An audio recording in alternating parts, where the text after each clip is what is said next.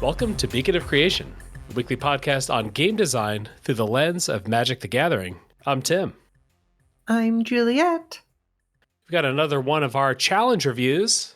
These come after we issue a challenge to the whole community, and then we collect those entries for a month, and then we review them on the pod.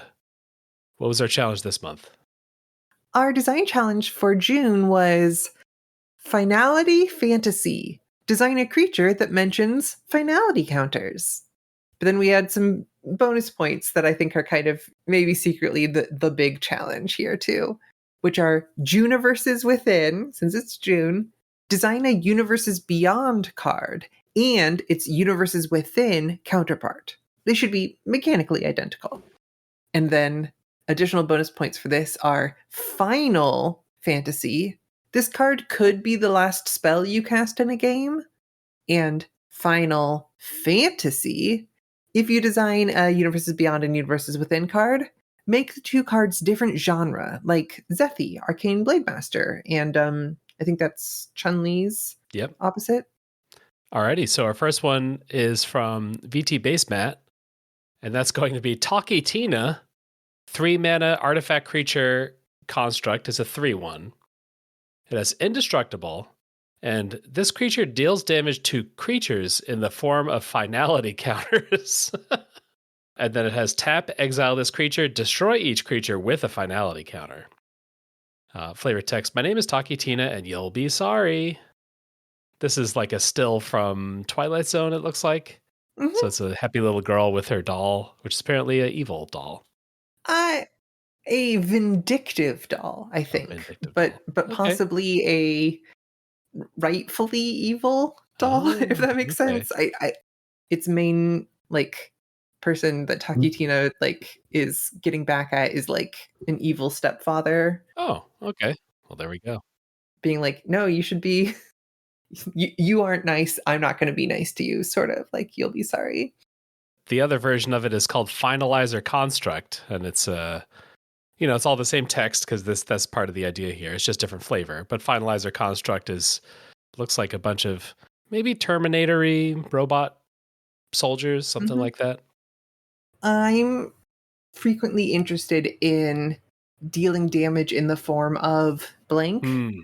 I think there's underexplored space there. It does also come alongside with a decent amount of mechanical complexity, procedural complexity of doing the game actions. If you're, hey, I'm putting 3 finality counters on each of your creatures that or something like that. It's okay, do they matter after the first one? And generally they don't. And in this case, they also don't. But I think that's probably fine. Yeah. I mean, the other problem I would have with this, though, is so this is a 3-power infinite toughness creature. I don't know that it needs a ton of power. I guess if it doesn't have the high power, then it's not going to be blocked. But I would rather have lower power and some sort of lure effect built onto the card. Oh, okay. To have a slow death touch that you can just build up over time.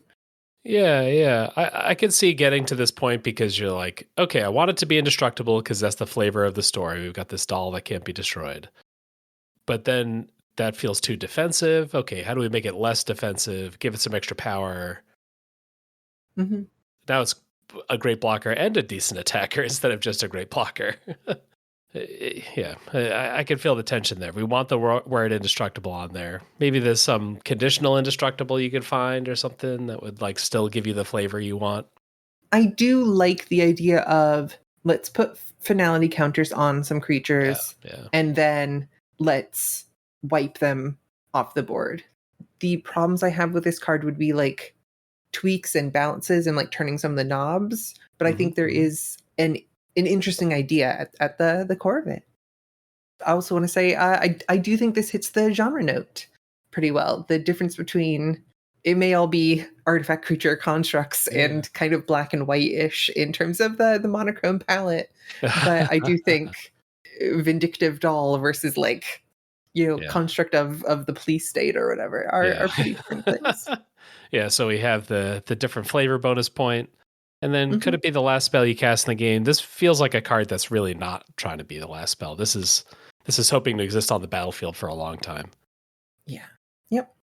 Our next submission is from Juliet. It's Mahit Dismar, Lysel Ambassador.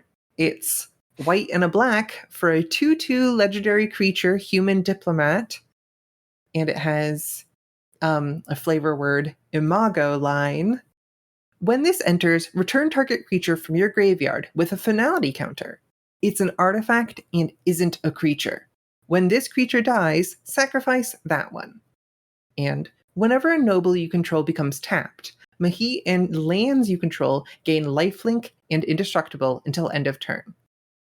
And then the Universes Within version is, of course, the same mechanical text, but is Amelia, Cathar Counselor. And flavor word instead of Imago line is Ghost Lantern. And she's like holding up a lantern that has a little ghost guy coming out of it. I haven't read A Memory Called Empire, the book that Mahit is from, but it was explained to me by my partner, so I do have a sense of the flavor here.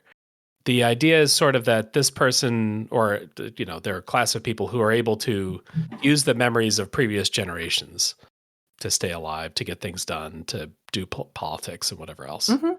Yeah, there's a space station that they're able to kind of continue to exist as a relatively small space station, like population, because hey, I'm going to be a pilot. Great, I have like the memories of a previous generation pilot, like implanted into like a metal thing in the back of my brain, so that as I am starting to like drive a spaceship or whatever, I have those experiences.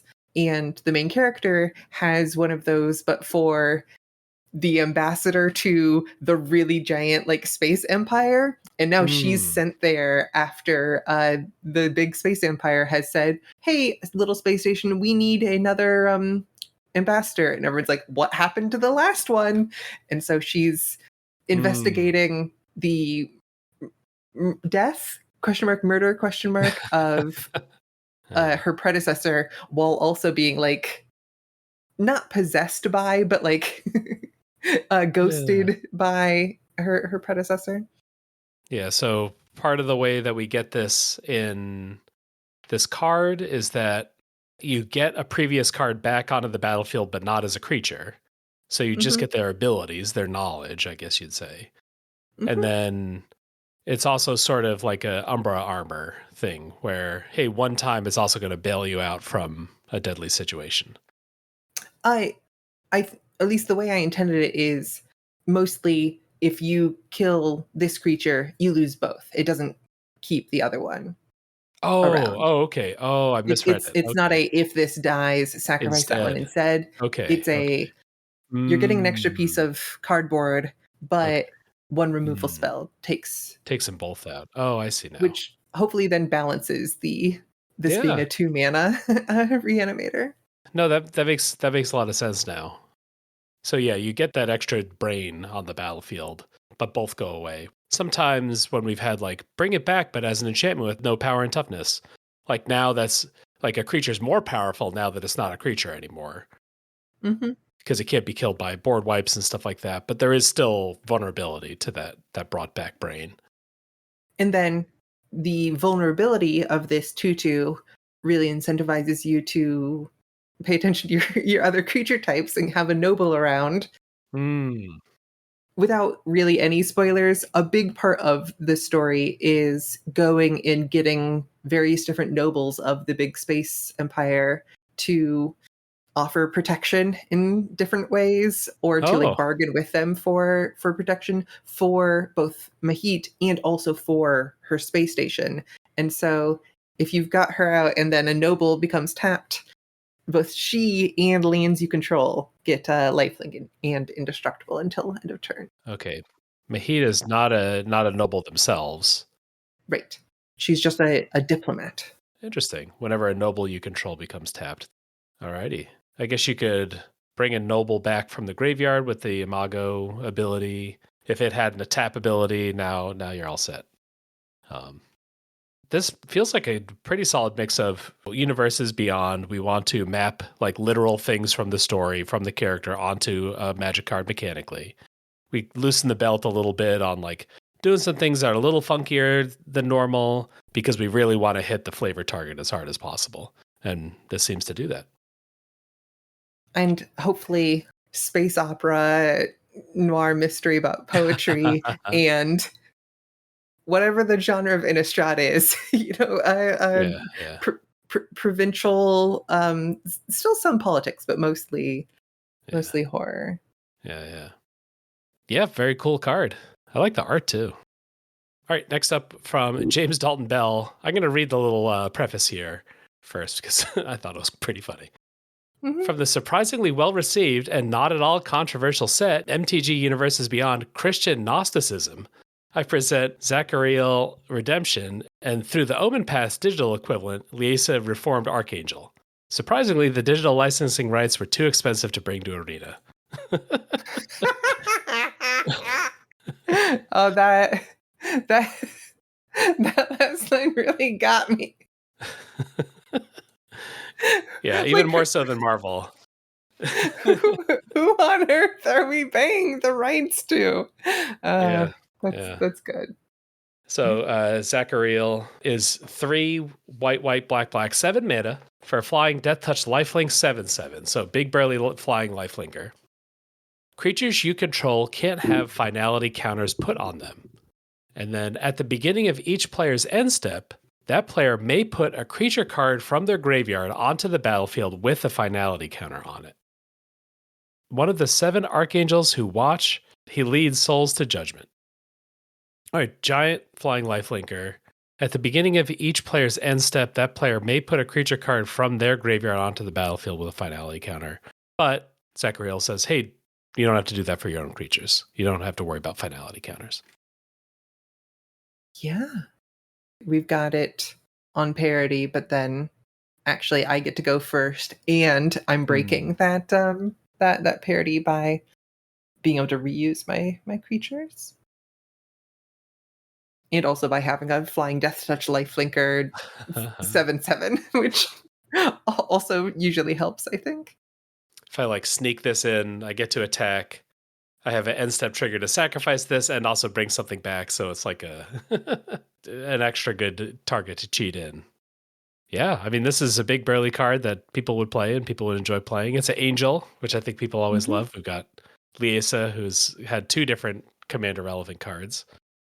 Okay, this is very silly, but like thinking about the Elder thing that we did in a previous month's design challenge. Okay. I feel like there should be some extra creature type that accompanies being like an archangel. Ooh. It could be like Elder Angel.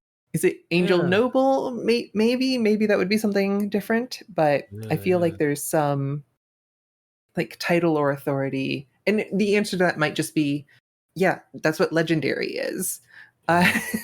We have, looks like 20 archangels in Magic, it looks like. Yeah, somewhere in there. And they've been happy with just angel and some of them being legends, that sort of thing. I kind of know what you're saying, though. We have, I don't know how many actual like angels in Magic, probably hundreds. So Archangel, hey, that's a cooler card name, but it's not in the type. I kind of get what you're saying there. Something like Elder, something like Noble, yeah. Yeah. It looks like currently we have 272 hell yeah. cards with the type angel. All right, that's insane. Plus another, 12 like lizard wizard angels, of course. Brushwag angels, yeah. Do we know what makes like something an archangel in like regular mythology? Just being like a higher rank angel? I think archangels derive from Greek archangelos, with the Greek prefix arch or arch, meaning chief. In Catholic theology, archangels constitute the second lowest rank of angel. Oh, damn.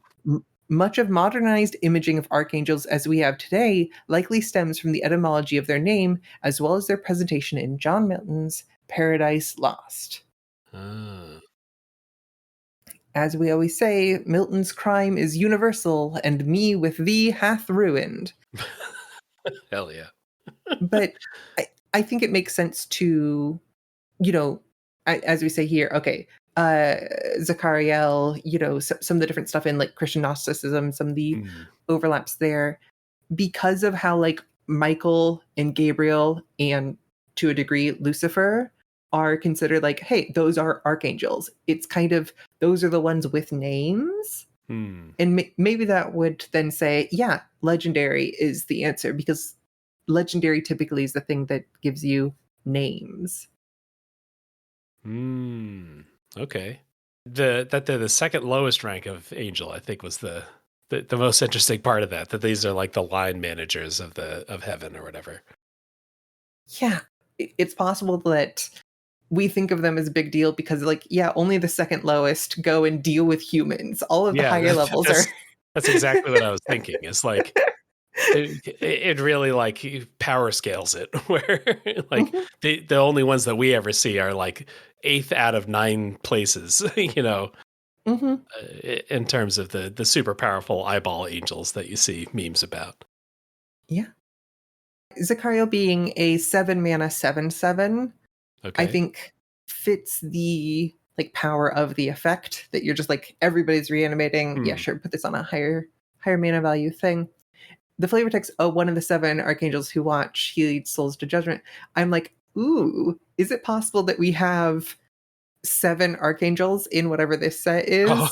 is at each of the Hmm. mana values? So here's the 1 mana, the 2 the 3 mana, Oh. all the way up to 7.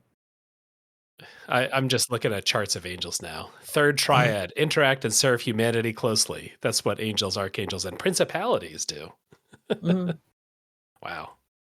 The classic thing about angels, of course, that I get from Pullman, but I think maybe it was originally Augustine or Blake, couldn't tell you, which is if you seek their nature, it is spirit. If you seek their office, it is angel. Oh. Which is to say that, like, oh yeah, angel, but like, no, it's a spirit.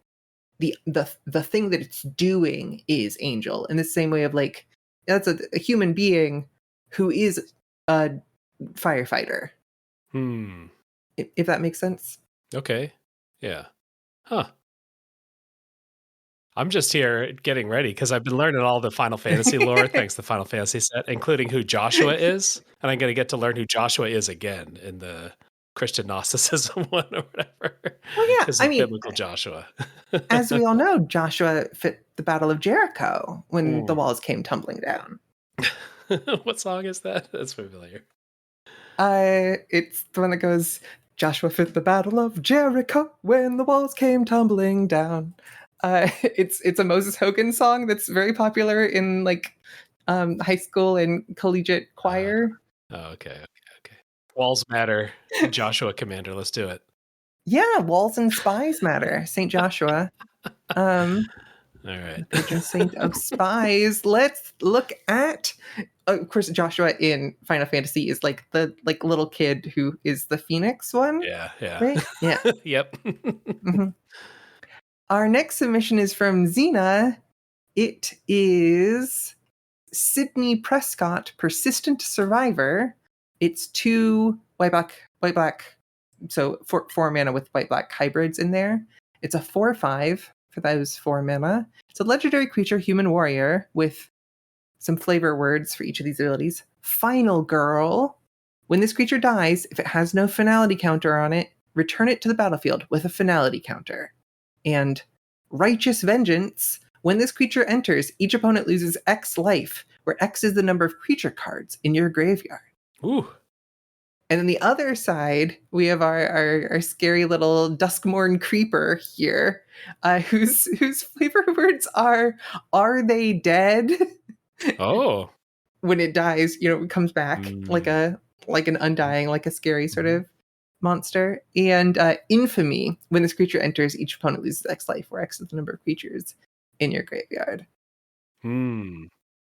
Hypothetically pretty similar genre, except insofar as I've been given to understand that the Scream franchise are like parodies of or satire of. Scream is pretty. It definitely is also a horror movie, but the characters in the movie know what a horror movie is, if that makes Sure. sense. So maybe it's more just like meta aware, Yeah, but still meta. in Yeah, its yeah. genre.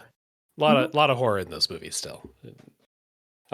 Yeah, Sidney Prescott's like the main character of the first one, I want to say, and probably in a bunch of the other ones because that's how horror movies work. Sure. Um, I do really appreciate this exact same mechanical suite representing two hypothetically like polar opposite ideas within the same flavor space, like the final girl and yeah, the like scary killer. yeah, it's like kind of typical in these like horror movies where the monster is just other humans. To have Hmm. like the protagonist has to like dig extra deep to survive. Like they probably get stabbed, once, but they don't die from being stabbed. They manage to, survive through it and finish off the slasher. Hmm. So we got final girl here, which represents that. If it would die, comes back once with a finality counter, and then righteous vengeance also kind of fits. Like it's not good to murder, but when you are killing like someone who's after you and who's killed a bunch of your friends, okay, maybe it's okay to finish someone off. Hmm. But then we just have dies and creatures in graveyard a bunch of times. You could also apply that to a spooky Dustborn creature. Yeah. This card seems like a turbo beating. I think this would instantly be quite a popular Magic card. I guess there's like a baseline rate thing. It's a four mana 4/5. When it dies, come back Hmm. once. That's already like quite a solid limited card, I guess you'd say. I've the 4 mana 4/5 Hmm. has done some work, I guess, over time. Sure, yeah. Reaper of the Wilds, a largely innocuous, Hmm. just like it seems like, yeah, this is just a limited rare from Theros that ended up Hmm. playing a decent sized role during that that kind of Theros Return to Ravnica standard, Okay. being mostly just a 4/5 for two black Hmm. green. Hmm. As whenever another creature dies, scry one, and it can gain Death Touch and Hexproof for spending mana, which those Hmm. are all like things. Yeah. But 4/5 with some like defensibility on top of that, because Mhm. lots of spells can't kill a 4/5. And Yeah. so this you for looking at Sydney, looking at the design submission here, you need to have a card that'll kill a 4/5, and then another card that can kill the 4/5. Maybe you're saying like even before you add the main ability from this, like you maybe have something that's pretty solid. Mhm. Shieldred is obviously the big Oh one yeah, these days Shieldred. Yeah, that. yeah, Mhm. yeah. I don't know if this is a Shieldred level ability or not, but it feels pretty close to me. When it enters, each opponent loses X life, where X is the number of creatures in your graveyard. If you're doing self mill, if you're a creature based deck or whatever, it's not too hard to get this up to 5, 6, 7 damage. And then you could even sacrifice Sydney right away and then get that trigger again for another 7 damage to, end the game pretty quickly. Mhm. I think the cost was reduced on this. Xena put this card on sale after the initial submission, and they definitely put it into a quite a powerful place. And maybe, if it's like, hey, we need a mid-range deck here, Hmm. then sometimes you print the 4 mana 4/5 and see how the format goes from there. Yeah, yeah. I mean, I guess you have to stock your deck with a decent amount of creatures, so it's a little deck building-y. I can't just play this in the all removal deck because then the second trigger doesn't do anything. Right, right. Like even just white weenie, Adeline, maybe not fully weenie, but just like white do stuff with creatures deck. This is a hybrid black white, which I think is probably fine for the come back once ability, but is giving white access to something a little bit unusual with the righteous vengeance, shooting your That opponent's is, face. yeah, that is a great point as far as White getting that extra reach. We've seen, even as of the last 2 weeks, Crypt of Agadim show Mm. up in a splashy way in Modern. And so I'm thinking about, like, yeah, just put a bunch of creature cards in your graveyard and then cast a 4 mana spell that can Hmm. sometimes dome your opponent for 10 plus or anything. Yeah, yeah, yeah. Yeah, if you like truly enable it, if you have some way of, dumping half your library in your graveyard, and this is 11 damage twice, that's like extra crazy. Oh yeah, especially with the sack outlet, so you could just do the damage twice. Whew. Yeah, it's priced to move, but then also, there's cool things about the design, even independent of the specific numbers there. Mhm. Next up from Mono White Border, we've got Calcifying Rootwalla. This is a creature skeleton lizard at rare. It's a 2/1. Doesn't have a mana cost, or at least that I see. This Mhm. creature enters with a finality counter if it was cast. And then it has 1 and a black. Return this creature from your graveyard to the battlefield tapped. Activate only as a sorcery. That's got some spoiler text on here. Bonus points be damned. Hmm. All right, so we've got a 2/1 that we can't cast. I don't know if that's on purpose or not. If we do somehow cast it with like Cascade or Discover, maybe, then it enters with a finality counter. So it's saying, hey, don't do that. I gave it no mana cost for a reason. Please do not attempt to cast this. What you have to do with this card is get in your graveyard somehow. Now, and then you can return it over and over with this 1 and a black skeleton ability. This does seem like an old-fashioned Magic card, if that makes sense. Okay. I'm thinking about like Manaless Icarid, right? Was a big thing once upon a time where you just both in the pre-dredge and like early dredge era, and maybe since, I don't know, I'm not an expert in all things. You just get a lot of cards into your graveyard and then you say here, or like a Vengevine sort of thing. Yeah. Also, Yeah. in this case, we wouldn't be doing manaless sort of stuff because we need to pay the mana for it. But basically, Narcomoeba style things where we really want to get the creature in the graveyard in order to cast it from there. Or maybe, I've been saying a lot of other things. I think Hakon, you may cast this card from your graveyard, but not from anywhere else, is, I think, another sort of iteration or precedent. Peter also like really respecting reassembling skeleton, which is the 2 mana 1/1, pay 2 mana to bring it from your graveyard to the battlefield tapped. This is instead of a 1/1 like reassembling skeleton, it's a 2/1. And that's why it has all these extra restrictions on it, I guess, because you get that extra 1 point of power. Can't power creep reassembling skeleton. I guess you could cascade into this just to get a 2/1 with a finality counter on it. Okay. I think that's a common thing to think about when there's a manaless spell. It's like, ooh, cascade here. But Yeah. I don't think cascading into a 2/1 is really Yeah. shifting the earth. Yeah, funny. Our next submission is from Journey Mage Huge. It's Fortune Teller Baba. It's 1 blue and a black legendary creature human warlock. It's a 0/2 for those 3 mana.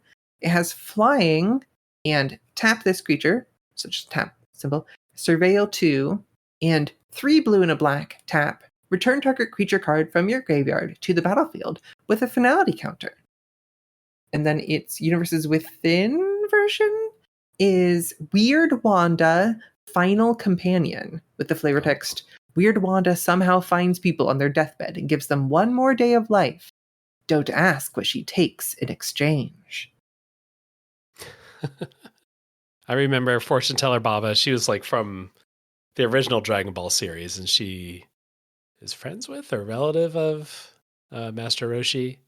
And she's a goofball too. So I don't think I've ever seen this. I may have seen this character before. I have no memory of this character, so this is fun to learn.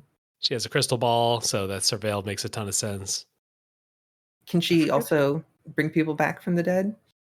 I don't remember exactly what she ends up doing. She probably brings someone back, but I don't remember who.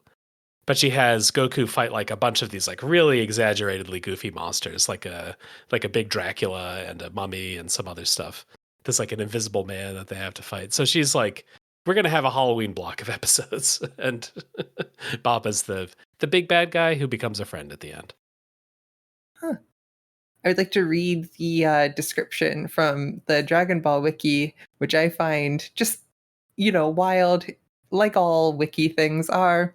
Fortune teller Baba is an elderly witch and a fortune teller. Mhm. She is the older sister of Master Roshi, Oh. making her his sibling. Hell yeah. Very nice, very nice. So yeah, we needed to reiterate that she is a fortune teller and then being his sister. She is a sibling class warrior. Yeah. Yeah. So Surveil 2, we can get some of the creatures into the graveyard, even if they haven't been cast. Yeah, yeah. And you're effectively paying 8 mana on installment, 3 to get her in, and then 5 to do the first reanimation. So even if you are, surveilling something pretty big in, also both using a tap means you can't surveil something and then in response to an Emrakul shuffling back in trigger, you can't tap this again or anything. So that's a little additional safety release valve. So we've got kind of the school of hey, let's make the creature really puny. It flies, but probably mostly for flavor. And then it's all about this ability. And it's sort of hey, I've got this sort of enchantment creature, that I'm not ever going to combat with, but is vulnerable to removal. Both these abilities are good in any deck. And that's kind of what you want with a character. I don't know. Pretty straightforward. That makes a lot of sense. I will point out with this card, it's not unique to this card. It's across all of the submissions. Yeah. So the way I'd written things, I spelled it out the first time, universes beyond, and it's universes within counterpart. Yeah. But then in the later bonus points, I say, if you design a UB/UW card, meaning universes beyond, universes within. Okay. Over the course of the cards that we will be seeing today, they will be, I believe, exclusively blue, white, and black. And colorless, of course. Not being a color. And part of that is also going to come alongside the finality counters in some ways, or all cards being blue, meaning that when people translate something from outside of Magic into Magic, well, there's a decent chance that blue is going to be involved. Baba is pretty blue. Looking through her crystal ball at different locations, I think she can see the future. Oh, yeah. All right.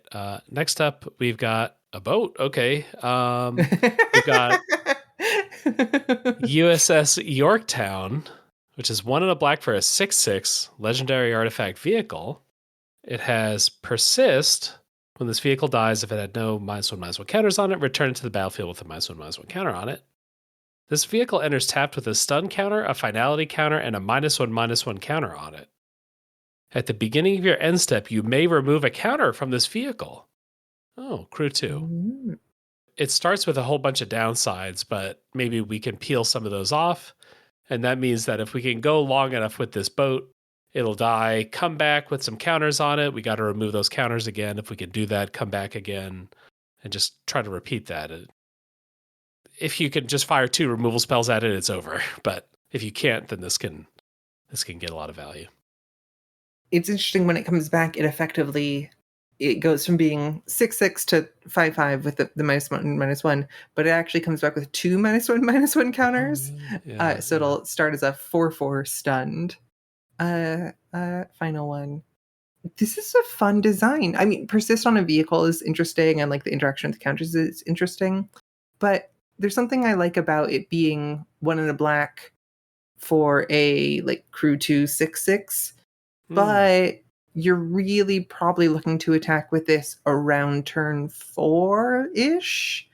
And it might be a 5/5 during that time, or, it might be a 6/6 with a finality counter, depending on how you're ordering these things. I don't know if we said the Universes Within version is Isora, Hull of the Damned. Maybe like a ghost pirate ship out in kind of dismal, foggy waters. I'm trying to get up to speed on this USS Yorktown, but it seems like it survived a whole bunch of battles in World War II. Did you see who is sponsored by? Wait, what? Oh, the patron saint of podcasting? Yeah, the patron saint of podcasting. This is Eleanor Roosevelt. The Amazing. fortune teller Baba of this podcast, perhaps. Yeah, I kind of also see this Yorktown as like, hey, we want a cool card at the top of our black eat counters archetype. I don't know what set this would be exactly, but we've seen a couple black cards. There's some famous ones like Vampire Hexmage that eat counters. Mm-hmm. Maybe we have some mechanic that's really friendly to this. We've got some commons, uncommons, and now we just want like kind of a hammer that like makes you feel really good and really finicky and really, managing a lot of little stuff when you play your black eating counters deck. Yeah, think about like Hex Parasite, but I want to say, so if you have a Vampire Hex Mage here, you can potentially tap the Hex Mage to crew the Yorktown, then Oh, sacrifice the Hex Mage to remove the counters. okay. Yeah. And it is interesting because it enters tapped. That does make it like worse if you're Hex Maging it. You can't like haste it Yeah. in Yeah. that way. But entering tap does mean it will remove the stun counter on its own Oh, at yeah. the beginning Yeah. of the next end step. So there's some like secret in the form of reading, but very quickly found in the form of playing. Yeah. Yeah. Upsides to these little combinations. Yeah. Yeah. There's a lot of little things to do with this card. That feels like where this is aimed. This is not like a naturally high power card. It has some kind of interesting numbers to get you in. Oh, 2 mana, Mm-hmm. 6/6 vehicle. That seems kind of high. Oh, what do I have to do to like really? Oh, okay, I got a bunch of work to do. That stings. But then another level deeper is like, oh, I manage these counters and I do all kinds of cool things. Now I've got this like hard to kill boat. 6/6 is like a very reasonable size to get things done at limited, so I can get paid off for all the work that I'm doing.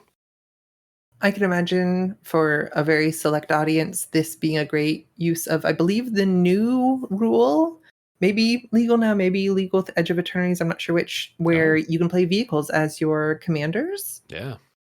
For some people, that's going to be really exciting. Hmm. Yeah, I guess we can have one portion of like persist loops in the command zone, something like that. Mm-hmm. There are also some people who just really like boats. Hell yeah. Toot toot. Here's a question. Is a ghost ship and a ship that has survived a lot of battles, are those different genres? War movie and Japanese ghost ship are different enough that I'll give that different genres. Sure, that makes sense. Our next submission is from Cord. It's Jacqueline Wolcott. It's 3 white and a black for a 4/2 legendary creature human doctor. It has vigilance and training. And whenever Jack enters or attacks, return target creature with lesser power from your graveyard to the battlefield. Put a finality counter on it. And its universes within version is Dulavan Onyx Apprentice, which Onyx alongside the white and black I think implies maybe like a Strixhaven-y thing. Oh, Professor Onyx, yeah. 5 mana 4/2 vigilance training. Training means Whenever this creature attacks with another creature with greater power, put a +1/+1 counter on this creature. So as they get bigger, they can reanimate bigger stuff, but they only get bigger if you already have bigger stuff. Yeah, because the enter attacks is the same thing. Return target creature with lesser power from your graveyard to the battlefield with finality counter. So I play this, I get back a 3 power or a 3 power creature. That can't, I guess it could have like some ETB. Hey, when I ETB, put some counters on me or whatever. But it's unlikely that the creatures that Jacqueline is bringing back can then train her to bring back bigger things. Mm-hmm. So I need other bigger things, or maybe the training is more of like a flavor note that like, in the story, it's obvious who the bigger creatures are that are training Jacqueline, but to us, maybe it's less obvious. Maybe looking at this with, like, I think as you say, creatures who enter the battlefield with a bunch of counters, or like Soul Bond. I've been thinking about Soul Bond a lot lately, or things like that, so that the creature in the graveyard looks like it has less power, but the creature on the battlefield has more power. If that makes sense. So it looks like it's a 0/0 because it's a 6/6 with graft. It's that one Simic one or something like Okay. that. Yeah, yeah. Or anything else that enters with counters in that way. And Yeah. so in the graveyard, it looks small, and then you reanimate it, and it's big enough that then when they kind of attack together, Jacqueline can borrow the bigger counters and then go from there. How many times in a game are you going to attack with a low toughness creature that reanimates a creature every time before someone blocks it and gets it off the battlefield? But as a baseline, I think what you're saying is kind of sound for this card as like a commander or something. Hey, I'm looking for all the cards that sort of misrepresent their power in the graveyard that are actually way better than they seem while they're sitting in the graveyard. And I'm going to bring those back, cheat those up. Cord also gave us a little bit of a backstory. Jack Wolcott from the Wayward Children series, which I wasn't familiar with. They're very recent, 2016 through 2025. Takes place at a boarding school for children who have journeyed to magical lands and been forcibly returned to the real world. Which, yeah, sounds wild. God. Jack Wolcott from the Wayward Children series is an apprentice to a mad scientist of the moors. Through science, they can reverse even death, but when someone has been brought back once, there is no certainty they will come back again. And then Dolavan, the universe is within, an apprentice to the famed Strixhaven teacher, there we go, followed her off-world to Dominaria to learn her style of life magic. This it's written by Shauna McGuire, who does a bunch of magic stories. No kidding. Yeah. Huh. There we go. Neatly different genres, but maybe with a surprising overlap given like the school part fitting both. Yeah, they're like school characters. I guess one's a student, one's a teacher. One is about the afterlife and one is just magic school. Yeah, those are pretty different. I think they're both apprentices to some degree. Oh, yeah. Okay. Yeah. Cool card. Very playable. People would want to cast this card. And could easily be the last creature the last spell you're casting, because once you get this like engine going, then you keep like reanimating, like you keep making stuff bigger and reanimating bigger things, and you're kind of cleaning house that way. Yeah. Shannon did both Murders at Karlov Manor and Duskmorn Story. I was double checking here. So I guess those fit in with creepy kid story stuff as well. That makes sense. I like that submission. This is a cool card. Next up, we've got a submission from Crafted Lava is True. The card that we got here is called Backstreet's Sweeper. This is 3 white, black, green. So 6 mana. Abzan. I was just gasping that I didn't think we had any green today. So this is you were safe. Yeah. You broke the curse. Yeah, so I got 6 mana Abzan for a 2/5 with double strike and lifelink. It's an artifact creature blood construct at uncommon. When this creature dies, return it to the battlefield and roll a d4 for each creature that died this turn. If any of them result in 1, put a finality counter on this creature. And then it has 1 tap, discard a card, sacrifice this artifact to draw a card. So it has the blood ability. It would be a dark day where I'm sacrificing my double striking lifelinker to loot 1 card. Except you can just bring this back. As long as nobody else has died, you've got a 75% chance that this will come back without a finality counter. Okay. Oh, it always comes back. It's just whether it comes back with a finality counter. All right, so I get to roll the dice then. Interesting. A blood construct. That's creepy. It does feel like I'm missing some red on this card. Yeah, blood construct, I would say, yeah. First step red, next step black, maybe white, and green feels a little unusual here, but maybe it's just because we don't have the full context. Yeah. And additionally, the like double strike, I'm like, sure, white and black can get you there, but I wouldn't mind some red along the way. the discard draw, the blood flavor, and also like the randomness. Obviously, we've seen like dice rolling stuff across all the different colors at this point with, you know, Forgotten Realms and everything.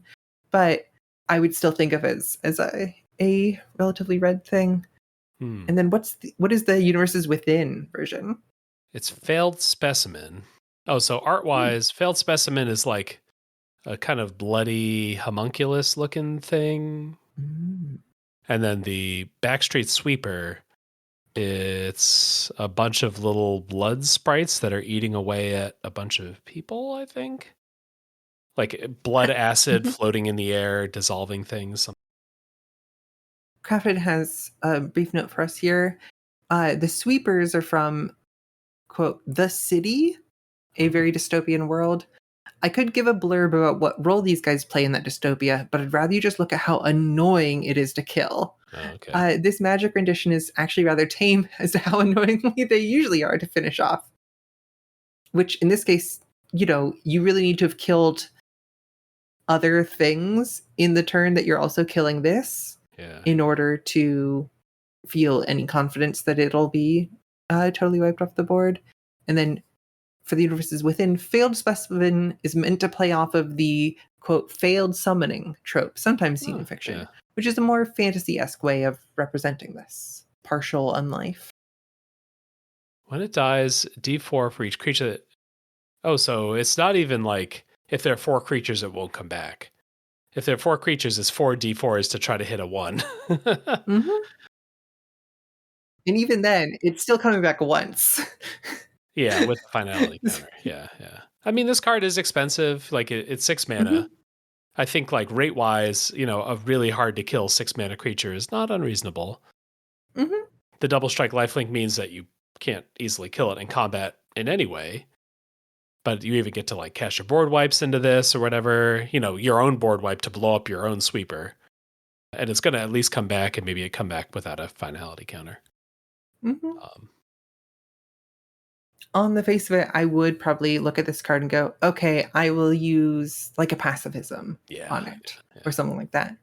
But if you just try to lock it down, you know, a sensory deprivation or something like that, unfortunately, your opponent can just go, I'm going to sacrifice this to the blood ability and 75% of the time get to bring it back into being. So you can't even use non-lethal removal to try to take it out of purpose usually.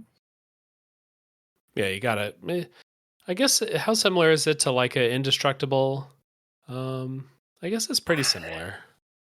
It just, because of its flexibility, I feel like there are many cases where this is stronger than indestructible. Yeah. Yeah. Which is kind of cool. I don't know. We always feel like indestructible itself is kind of a forbidden keyword because it's so good. And this card says, no, we're going even further. It's even harder to kill than that.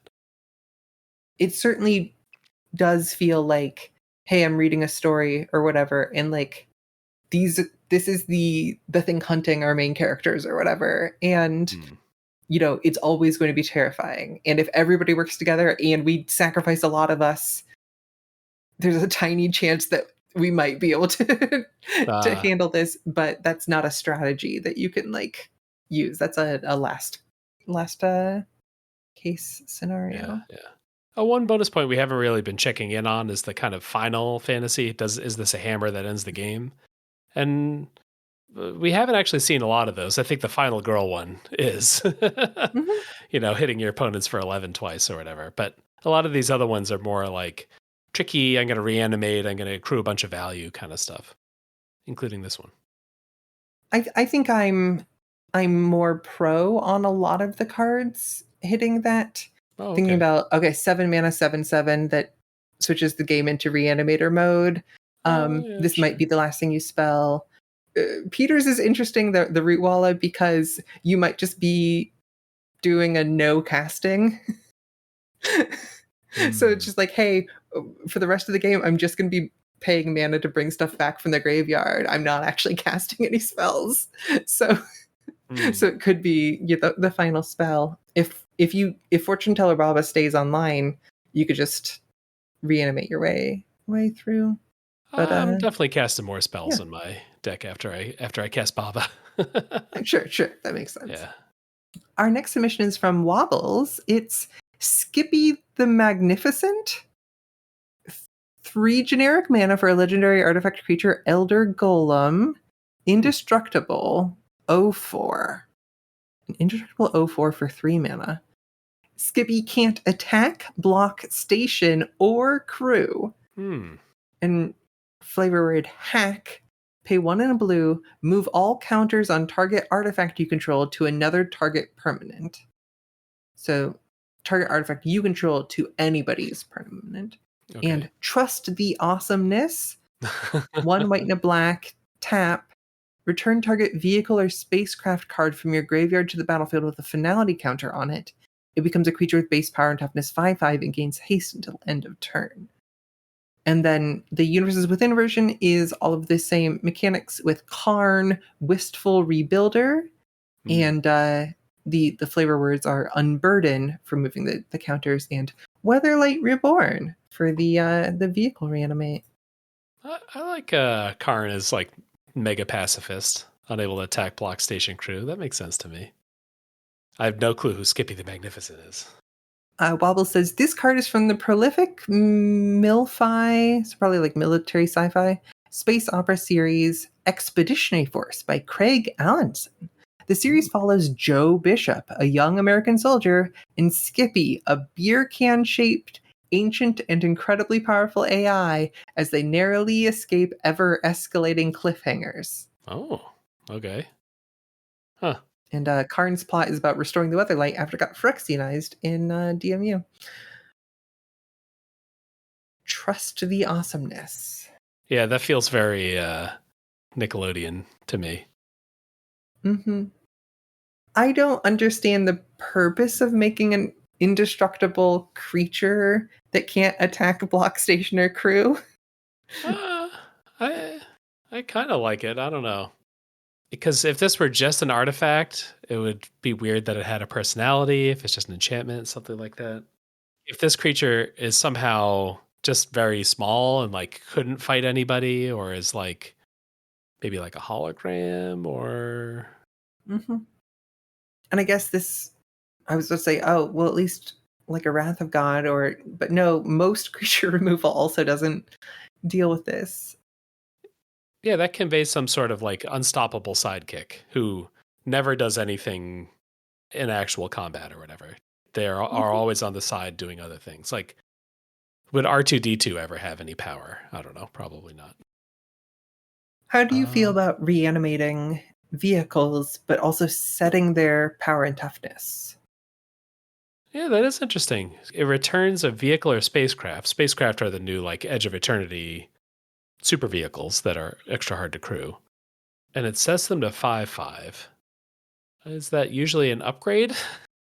I think the reason why I'm not necessarily over the moon for it Yeah. is I think some of the fun of turning a vehicle into a like Yeah. artifact creature sort of thing is because they oftentimes have like outsized power and toughnesses because like Yeah. that's the trade-off for crewing it and spending some of the power on the crew. Yeah. This is a thing that I was thinking about a lot recently with drafting the Wrenchmar Oh Gambit yeah. of the Junk Lords. Is that the subtitle?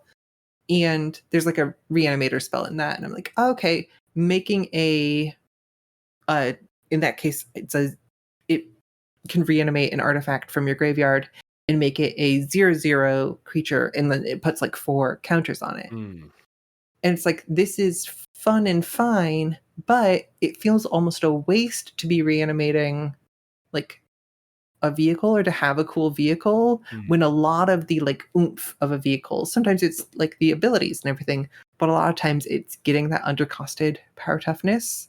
And so if Mm. you're just setting that to 5/5, well, if it was already a 4/4 or a 5/5, I feel like I'm not getting Yeah. Yeah. a lot out of it. I'm kind of scrolling through just all the vehicles, and this would probably upgrade 2/3 of vehicles, I would say, somewhere around there, Hmm. but not by much. Like they go from 3/4 to 5/5. Um, Hmm.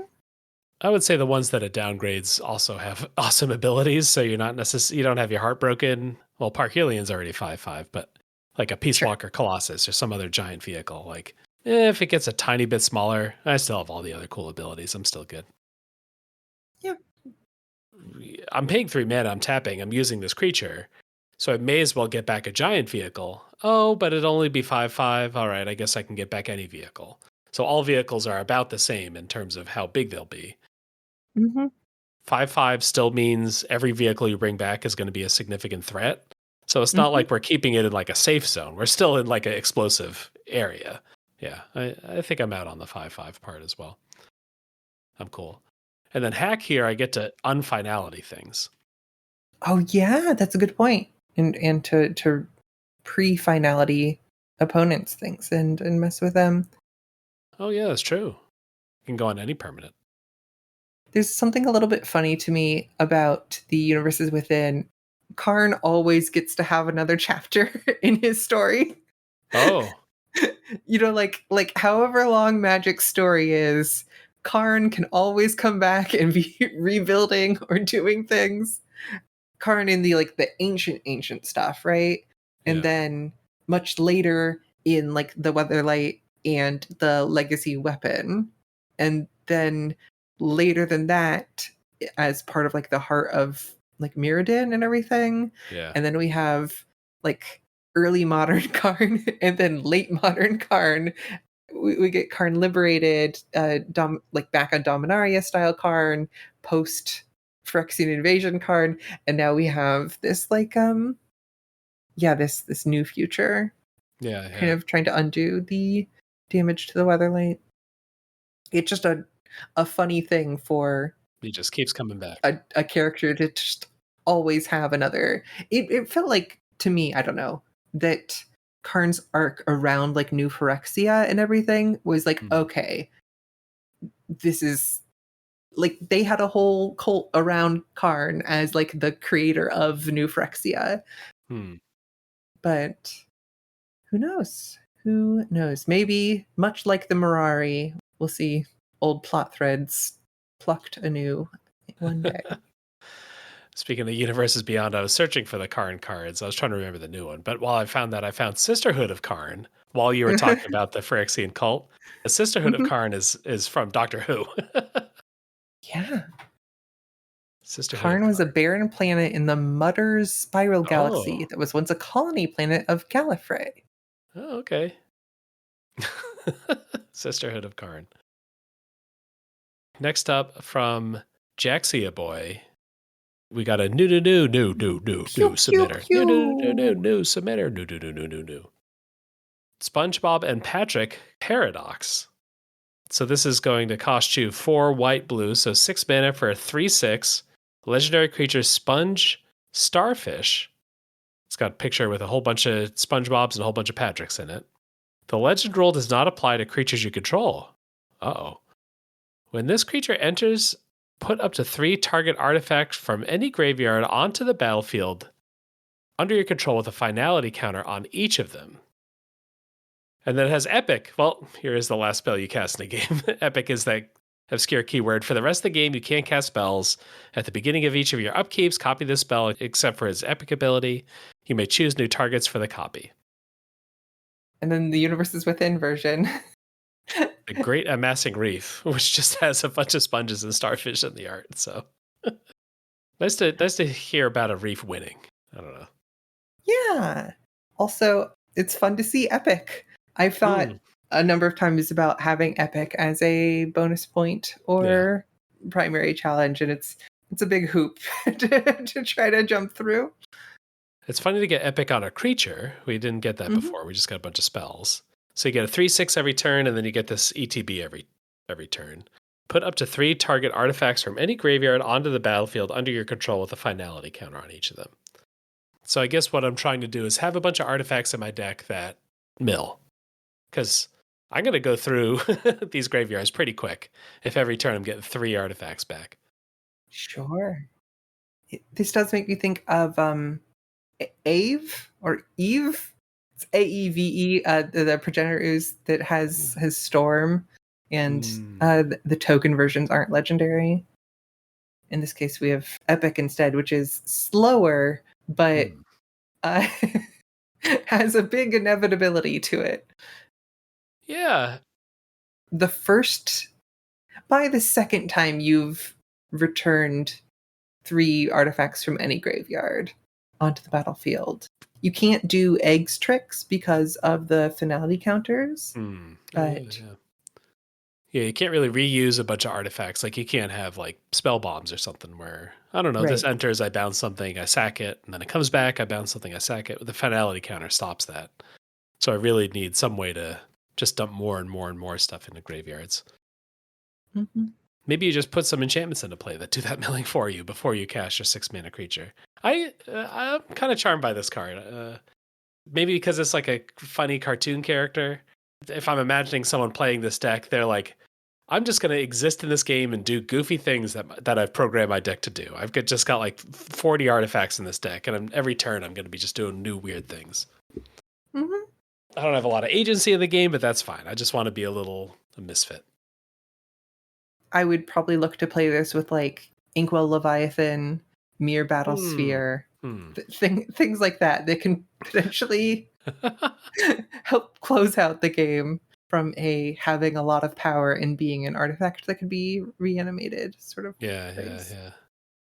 There's a reference to a SpongeBob episode where they do a little time loop. So there's a whole bunch of themselves showing up to the same thing. And there's a copy of the time machine each time they return. There's a whole bunch of extra artifacts. Yeah. And the Great Massing Reef is a reef around the waters of the Tolarian Academy during the Time Spiral Crisis. Oh. Due to this, it is caught in a time loop with itself while bringing with it artifacts from the now destroyed Academy that were scattered and shattered into its depths. Oh, cool. I thought this was just a funny picture of like a real life reef or something, but no, I like this lore too. Tolarian Academy, Time Spiral. I think this is probably the best possible way to flavor a legendary creature sponge starfish into universes with it. You know what? That's true. They really knocked it out of the park. Mm-hmm. There's something also kind of funny in the idea that, okay, so we're making multiple copies of ourselves, but we're also just bringing random things that we owned every time through the time machine. Like this time I brought a remote control. This time I brought, a bag of chips. I don't know. And somehow those just like artifacts, those extra things that are coming through the time machine are the source of the real problem. Do you remember the Falconer from Saturday Night Live? Do you know this? Oh, I don't think so. Sketch where they keep doing time travel, and each time they do, they add another 2 of the so it's the original guy and his falcon. His falcon is killed or whatever, and he's like, "Oh no, I've got to go back in time." And so there's 2 of them, but it keeps coming back until you have like every member of the cast in the wig and facial hair and outfit being like, no, because they keep arriving too late, and it just keeps doubling each time. So you've got like 30 people dressed as this silly character. There's something about it being a live action live comedy thing that makes it funnier to have just way too many duplicates. Yeah, I see the screenshot of this now. Yeah, all the cast members. One bird. Only ever one bird at a time. Yeah. That was good bit. I love time travel. Always a sucker for it. Mm-hmm. If you're interested in the disruption of narrative causality, I would recommend, as I frequently do, Season 2, Episode 19 overall of the podcast Solutions to Problems, all about the disruption of narrative causality. What was that podcast? It's called Solutions to Problems. It's like Hitchhiker's Guide to the Galaxy meets Frasier. Oh, okay. A Dear Abby style advice podcast. Oh, okay. Set in like a near future, like alien Earth sort of environment. It's like a scripted audio drama sort of thing, but like a comedy kind of of sci-fi show. All right. Well, speaking of time travel, what's our next card? Our next card is from Pat. It's 800 on the hunt. It's 2 white, blue, black. That's 5 mana with an Esper. It's a 2/8 artifact creature robot assassin. I'm assuming this is either Arnold Schwarzenegger's character from the first Terminator movie or from the second. We'll find out. It has vigilance, death touch, and when this creature enters, reveal cards from the top of your library until you reveal a legendary human creature card. Put that card into your hand and exile all other cards revealed this way. And that's John Connors, maybe? And then flavor word, I'll be back. When this creature dies, return it to the battlefield tapped with a finality counter on it. And then we've got our alternate universes within, which is Yoshin Honor Guard Elite. Oh, okay. And the flavor word there is built to last. So that's fun. So Tim, can you tell me all about Terminator? This is Terminator 1 Terminator. I'll be back. Okay. I'll be back.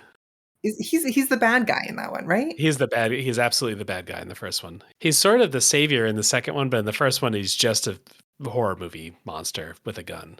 I think the flavor, I'm searching for a thing when this enters reveal until you find a legendary human and then exile all the other cards. Like somehow that exile all the other cards like really shows that this is not just like a little bit of value. This is like wasting time. This is like a bunch of things were destroyed to find this legendary human. Mm-hmm. The I'll be back thing is like they have Sarah Connor in the police station or something. And then he's looking around and they're like, oh, yeah, he can't figure out how to get in there. He says, I'll be back. He comes back, smashes a truck into the building and then, starts breaking through and chasing after the protagonist. It's I'll be back because I'm going to smash a vehicle into this building. Oh, I thought that was his like final words at the end of the movie. Like he like falls into the lava and he gives like a thumbs up and he's like, I'll be back. He probably says it again because it became such a catchphrase. It's, I would say, very funny. It's a horror movie villain, sort of. Like it's just like an indestructible killer robot from the future. But that it's like, I could try to fight everybody here. I'll be back. And then just rams a vehicle in to get what he needs. That's great. How do you feel about Vigilance Death Touch 2/8? I think that part of the Terminator's thing is not, maybe that's why he had to go get a car. It's not necessarily that he's going to take on a whole army by himself, but he's be unrelenting. He's vigilance. And then anyone he does run into dies. So death touch. And I'm kind of comfortable with this 2/8 vigilance death touch stat line for the T800. That makes sense. When it dies, it comes back once. Yeah, I guess so. Just standard persist sort of thing. Yeah. My favorite part is definitely that you're exiling all the other cards. That feels different somehow than like, hey, look at the top 6 for an equipment card, which you see on cards all the time now. No, the Terminator is like tearing through things. Things are getting kicked out of the way. Walls are getting blown up. All that kind of stuff. It's funny that they're all revealed. Obviously, they have to be revealed for the mechanic of it, but like, it's just like, and here, this doesn't matter. And here, like, we're just showing visibly that this thing doesn't matter. We're tossing it to the side. Oh, is it this land? No. I'm going to continue my search. Oh, is it this artifact? No. Is it the sorcery? No. Is it this regular human? Nope, they're gone too. Like it's going through them one at a time and saying, have I found them? Have I found Sarah Connor? No. Oh, here she is. Yeah, I don't know. Terminator card. I guess it's also the universe is beyond thing. We have to do something a little bit different mechanically just to get that extra little droplet of flavor in there. Sure. The T-1000 is not binoculars looking from another building. He's not hacking a computer. He's just walking through hallways, walking through buildings, knocking out everything in his way to find the thing that he wants. Yeah.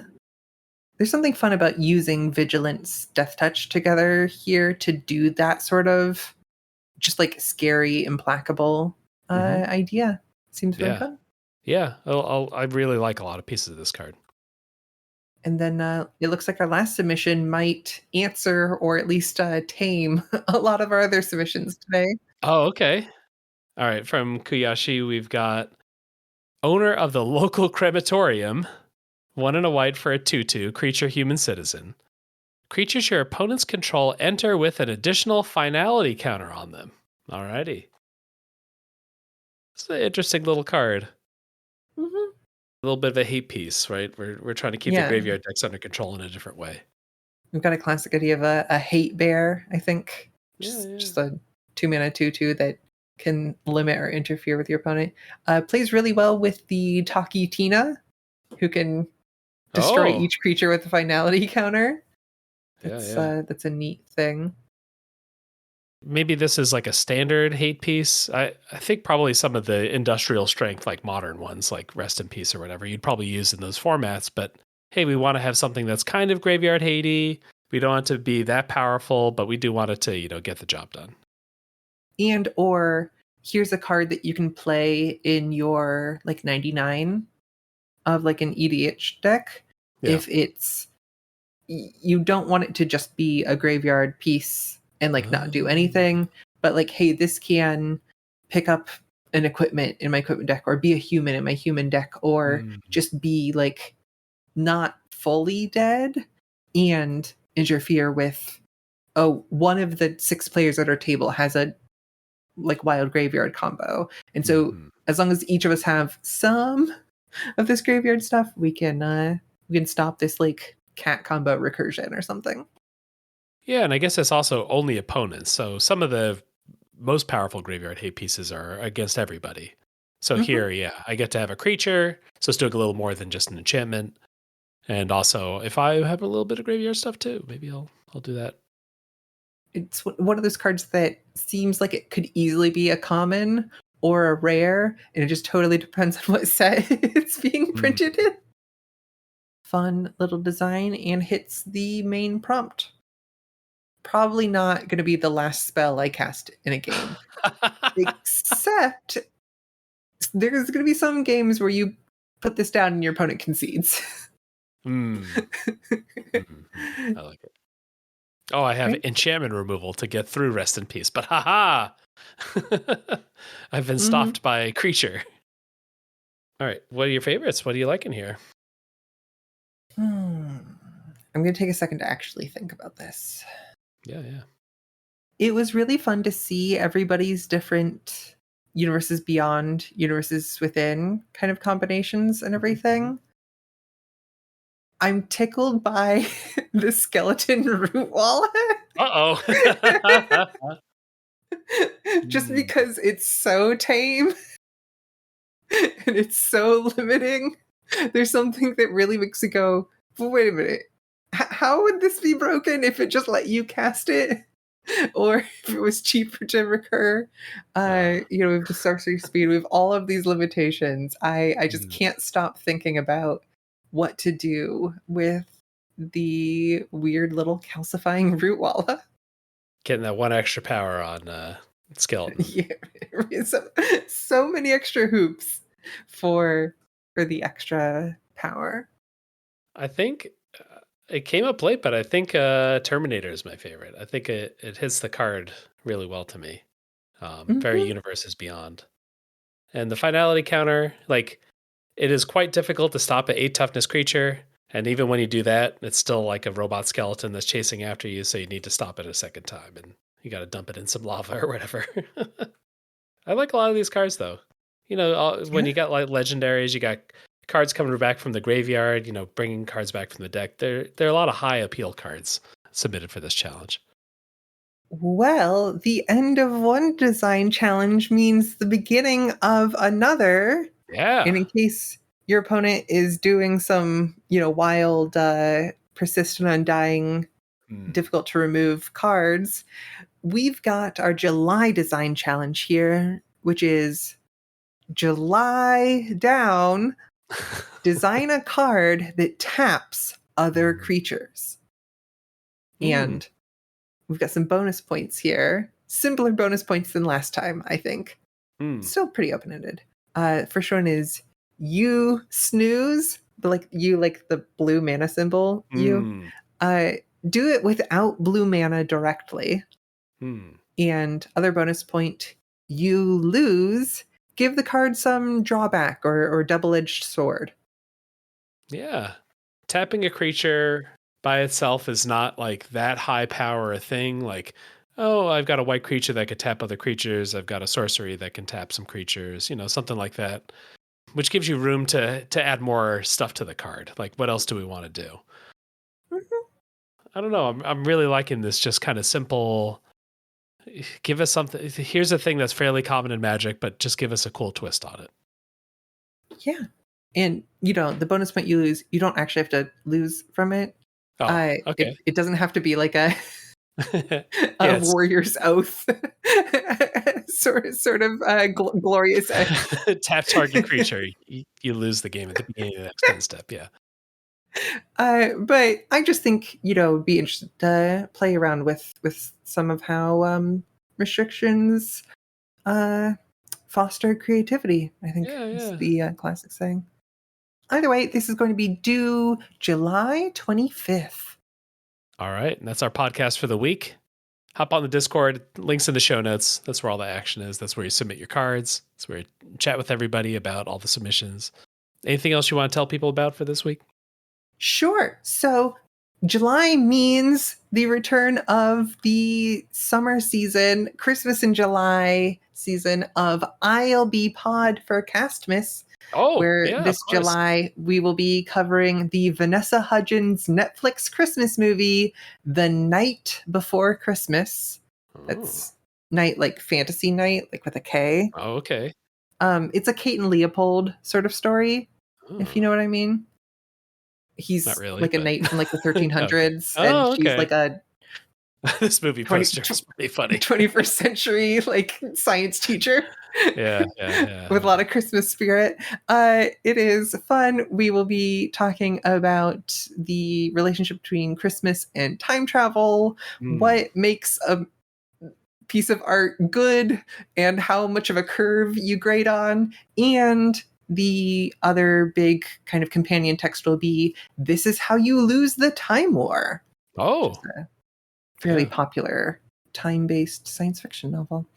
All righty. Yeah. When's that coming out? Middle of July? Middle of July? Yep. Cool. If you need to get in contact with either of us, Discord's probably the best way to do that, but we've also got some Blue Sky links if you want to follow us there.